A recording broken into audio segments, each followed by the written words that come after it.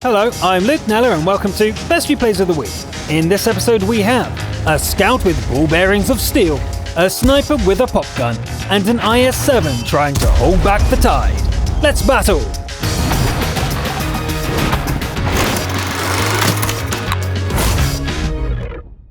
Let's get going with a scout game from RumpPack.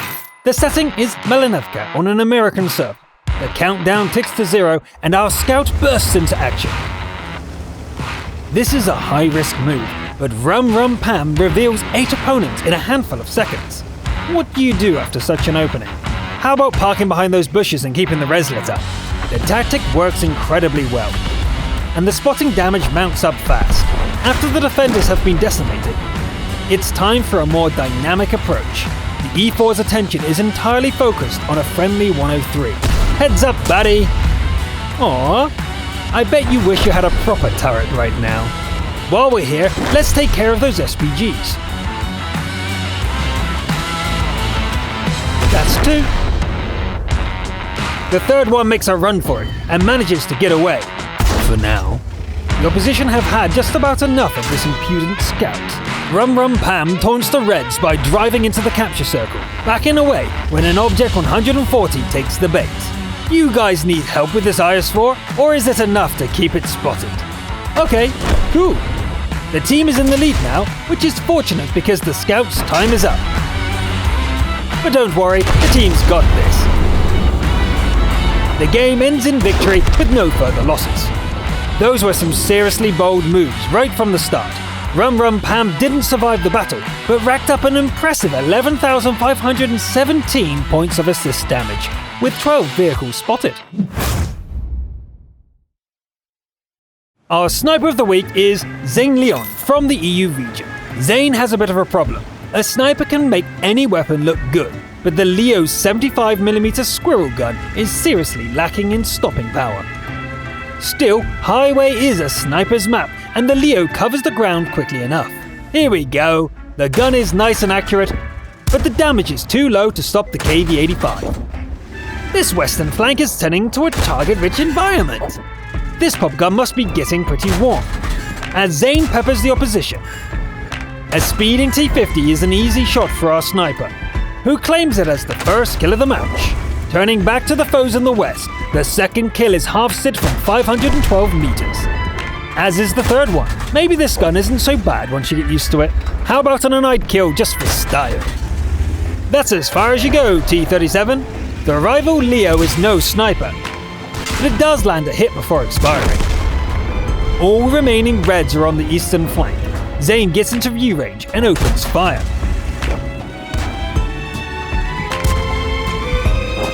The foes retreat, and our sniper sprints closer. That makes 7. And 8. The remaining 2 are here. It's time to end it. The Leo is in good repair, so Zane abandons finesse and rips the opponent apart. They fight back, but it doesn't really matter. It's over. Not bad at all. I thought a low alpha sniper might look comical, but as it turned out, this was a fine display. The accuracy isn't perfect, but that's due to the uneyed shots early on. Top gun of the week is the Dead Zone from the WGL EU team Oops the Tough Giraffes. Our killer drives the sweetest murder machine, Immel-1, sitting pretty as top-tier defender on Erlenberg. Okay, let's get ready to rumble. That could have gone better. There we go, the kill streak is open. The next drum hammers a T-44 into scrap. Our top gun is warming up nicely. The next victim goes down with 2 shots. There would be enough for a second kill, but one of the shells bounce off. The Reds seem reluctant to challenge our champion, letting the Immel reload in peace. But that's their problem. The next round of shells claim 2 more kills, and the Dead Zone is still not challenged. Another clip, and another pair of kills. The assaulters reach the city center, and the Dead Zone is running out of teammates. Out of my way, Tiger! There goes the last friendly, but it managed to reveal the E-25. A single shell is enough to finish it off. The dead zone reloads and bounces a shell off a T-28 prototype's armor.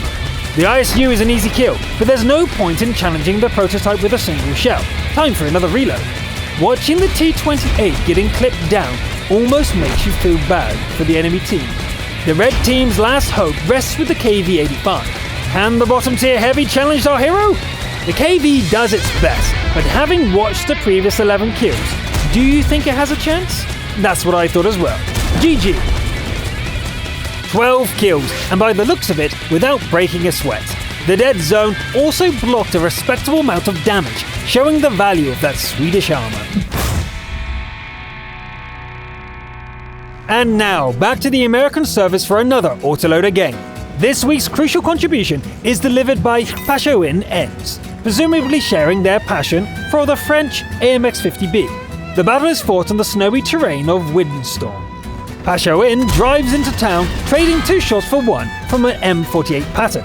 The AMX moves to the southern edge of the map, pumping a clip into an American heavy.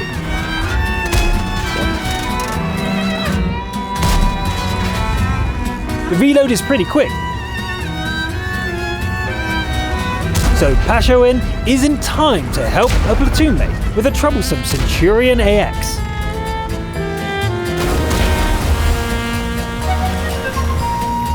That's a stylish first kill. The next drum gets unloaded into a Jagdpanzer E100, which gets put out of its misery by another platoon mate. The E5 is still there, so Pashowin takes the opportunity to finish the job.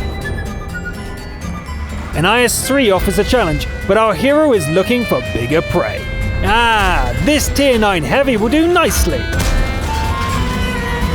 A couple of hits to the ammo rack take care of it, leaving a spare shell for the T-49. Thanks, buddy. The wedge-shaped 103 bounces a shell, but that just buys it a few extra seconds. The sluggish oh-ho isn't as much of a challenge. The remaining reds are elsewhere, so it's time for a little drive. Pashowin doesn't feel like engaging at long range and decides to get closer. That's better, though the heavy frontal armor could be a problem. Or not. The last friendly is keeping the pattern entertained. The Scorpion gear is here as well, but that problem has an easy fix. Unfortunately, the gun is almost dry. The pattern pounces and damages the gun barrel with the first shot. Damn! This is bad. The AMS can neither escape nor shoot back. Maybe fixing the gun was a mistake? At the last possible moment, the reload finishes, allowing Pashowin to fire and scare off the pattern. Pashowin starts driving around the hill, but the Jagdpanzer finishes the match instead. That was close, but Pashowin Ends makes it out alive. A 6-kill Top Gun is a nice bonus, but it's the sheer damage which made this game stand out. Nice shooting, Tex. This week's finale comes from the EU servers where MC Matto 626 puts an IS-7 into harm's way. Our steel wall is on the defending side of an assault on Erlenberg, where the vast majority of players are in Tier 10 machines. Matto picks a position on the eastern flank and digs in. A few early shots ping off the armor, with the steel wall drawing blood in return. In response, the Reds close the distance and intensify the bombardment. Matto's shells don't seem to bite, but the IS-7 has already blocked over 4,000 points of damage. The wall of steel receives a dent, but it pays it back in kind. Shells continue to bounce off, until the pattern punches through for a second time. That'll teach you! The area is crawling with hostiles, but they aren't getting past the steel wall. The opposition surges forward like a red tide, forcing our champion to give ground. Even so, none shall pass. The fight is getting a little desperate now, but the defenders just need to hold on for a little bit longer. It seems the Object 140 knows this and charges into close combat to break the defense. On its own, it wouldn't be a huge problem, but the steel wall is being swarmed from all sides. Matto punches out one assailant, but the Object takes the opportunity to renew its attack.